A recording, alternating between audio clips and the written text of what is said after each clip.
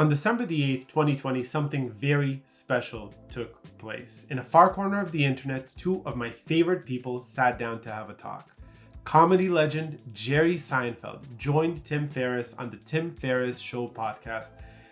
And let me tell you, it was really good. The interview was full of ideas and insights about Jerry's approach to creativity, writing, and life in general. The interview was so good that I decided to make notes, and those notes eventually became a Twitter thread over at my Twitter profile at Mark Spuntov, which, by the way, if you don't follow me yet, I highly recommend you check it out. Now, the Twitter thread was great, but I thought that this would be a great opportunity to expand on some of those ideas, and I'm going to make this video as well as the article that I'm publishing specifically about Jerry's ideas as it relates to creativity. I hope you find these ideas and insights as valuable as I did. I hope you enjoy them, so let's get into it. Lesson number 1, treat everything like an experiment. You see, stand-up comedy is like a science. You have a hypothesis, you make an experiment, you go out in public and you perform your jokes. You stand in front of an audience and the audience gives you feedback. You take that feedback back into the lab, you analyze the data, you adjust your approach accordingly, and then you go out there again and you run an experiment once again. Now, all creative pursuits are like this. You are going to fail way more than you are going to succeed. Most of the things you put out into the world are going to miss the mark by a mile. But that's normal. That is the creative process. We have to learn, we have to adjust, we have to base our approach depending on the feedback that we get. Business is the same, creativity is the same, and honestly, life is the same as well. I think that the process that we can take from this is something as follows. You put something out into the world, you try something, then most likely you fail. You take that failure, you go back home, go back into the lab, go back to the drawing board, and you start looking at the data that you get. What does this data tell you? You start thinking, you analyze it, and then you adjust your approach accordingly. And then what do? Well, you start right back in the beginning again, and you put something out into the world. Now, in the beginning, of course, you are going to have way more misses than hits. That's okay. But let me tell you, the more you do this and the more you practice and you try this, you are going to find that you're going to start having much more success than before. And you're going to find that many more of the things that you're putting out there are hitting more and more and more. Lesson number 2, talent must be tamed. Being given the gift of talent at birth is something like being given a wild horse or a wild, powerful stallion. Unless you learn how to ride it and tame it, it is surely going to kill you. Your talent must be tamed, corralled, and it must be maximized if you want to make the most out of it. As Jerry would say, you must be the master of your own domain. Look, your talent is great, but what really is important is to make sure that we install systems, routines, and disciplines so that that talent can blossom, so that we can do something with that talent. Stephen King has a great quote I like. It says, "Talent is cheaper than table salt." What separates the talented individual from the successful one is a lot of hard work. And isn't that true? Have you not heard that before? You can have all the talent in the world, but unless you put in the hard work and discipline to shape that talent into something valuable, into something greater than just what it is, then it will be wasted. You can think about the work of a creator in a similar vein as the work of the athlete. You need to put in the reps. You need the training, the discipline, the practice. You need to go out on the court every single day and practice and master your craft. Talent without hard work is nothing. Lesson number 3, accept your mediocrity. Look, I hate to break it to you, but you are not that great. Sorry. I mean, neither am I, and neither is anyone else really. The truth is that no one is born great. If you see someone who is truly a master of their craft, it is not because of raw talent. It's not because they were born that way. It is because they have devoted their lifetime. They've devoted hours upon hours upon hours to practicing and mastering their craft. This is good news for you. It means that you don't have to feel bad if you're not good right away. It's perfectly normal. You know, I actually really like what Seth Godin talks about in terms of quantity leading to quality. He says, okay, so you say that you are a bad photographer. Great. Show me your 1,000 bad photographs. And the point is this: if you were to take 1,000 photographs, over that time, you will for sure have improved in some way, shape, or form. By the process of going through quantity, you will eventually arrive at quality. Now, of course, I do understand that some people are born with different talents and abilities, but I also believe that if we work at something for a long enough period of time with enough focused effort and dedication, we can improve just about anything. This is where growth mindset comes in. In order to succeed at anything in life, we have to believe that we have the ability to improve, to grow, and to change. Look, the truth is if you start something new, you are probably not going to be very good at it. Take me, for example. I'm starting on my social media journey, and my videos are definitely lacking in the quality that I want. My writing is not up to par. My social media postings are just not there yet. That's okay. This is why I'm on this content creation challenge. It's because I want to improve, and I know that quantity will eventually lead to quality. So guess what? You're going to try something and you are going to suck. And that is okay. In fact, that is normal. Congratulations, you're one of the normal ones. But what that allows you to do is once you accept that, once you get past that, then the real work can begin.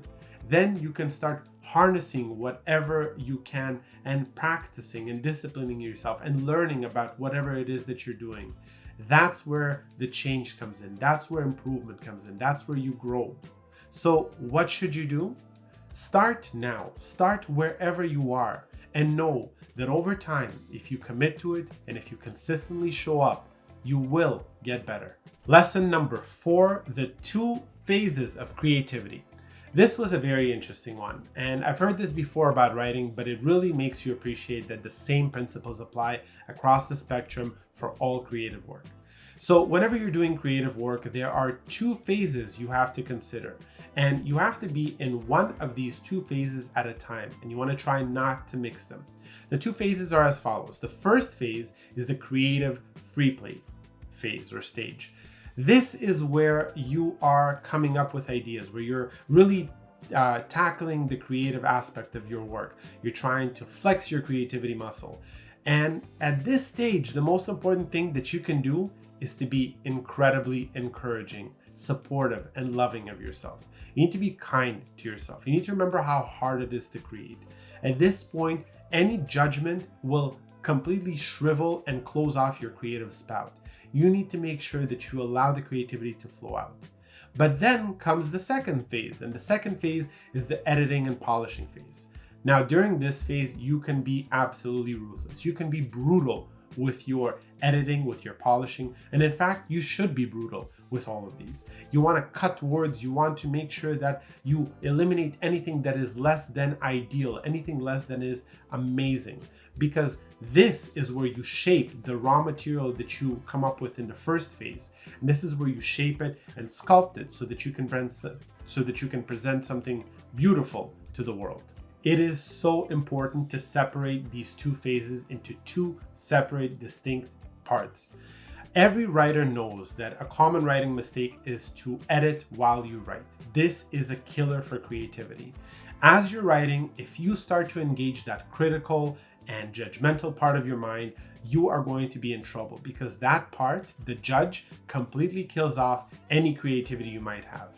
Now, what is the solution? It's to make sure that you do these 2 things in 2 different stages. When you write, focus on writing. Focus on sharing your ideas. Focus on non-stop, pretty much vomiting your creativity onto the page. Then, when you go into the second stage, you can be brutal. You can be ruthless. You can make sure you cut any extra word. You can make sure you take away sentences at a time. Go and be wild with it. Take everything you can out. Make it as tight and as beautiful as possible. This way, you're not mixing them. When you write, write. When you edit, edit. Creativity comes in these 2 phases. Make sure you don't mix them. Lesson number 5, don't believe the lie. Look, I'm going to tell you a little story about me. For probably over 15 years, I was a ballroom dance instructor. Now, what this means is that people would come into the dance studio who have never danced before, and it was my job, my responsibility to take them and to shape them into beautiful dancers. Now, I do have to say I was quite successful at it, not to toot my own horn, but there was something very concrete about whether a person would be able to succeed in dancing or fail in dancing. And it was usually in how they approached it. The secret was in what was their perception when they came in. If they thought the dancing was going to be something easy, something fun, something relaxing, then the sad reality is that they would never last through the dance classes. They would never be the ones who would become the best dancers. Because the truth is that even though the best artists, painters, dancers, writers make it look easy, the harsh truth is that any creative pursuit is hard. It's really hard. Not only that, it will require everything from you. It will require practice, determination, hours upon hours mastering your craft. And it's not going to be easy. And if you come to your craft with the mental approach that it should be easy, that, everyone should be able to write, everyone should be able to create content, everyone should be able to talk on video, then when you are faced with the harsh reality that it's actually much harder than you imagine, you're going to give up. You are not going to stick with it. You are going to lose all motivation. You are going to be demoralized and you are going to quit. And let me tell you, it's the same thing with this content creation that I'm doing right now. Every single day, I am hitting new roadblocks I could not have imagined before. It seems like it would be so easy, talking to a camera about things that I am interested about and know a lot about. But this is probably my 60th take today. Let me tell you how many times I said lesson number 5 today. It was many. I think that the key solution to this and what Jerry talks about is that we have to give creativity and creative endeavors the respect they deserve. Creation is one of the hardest things that human beings can do. We need to respect it. We need to give it the respect it deserves, because otherwise, if we are going into it unprepared, we are going to give up. We are going to be demoralized and we are going to quit. So the solution is, whenever we approach any creative endeavor, whenever we are trying to change or create something or transform our lives or ourselves, we have to be extremely encouraging. We have to be kind to ourselves. And we have to remind ourselves that what we are about to do is one of the hardest things that a human being can do.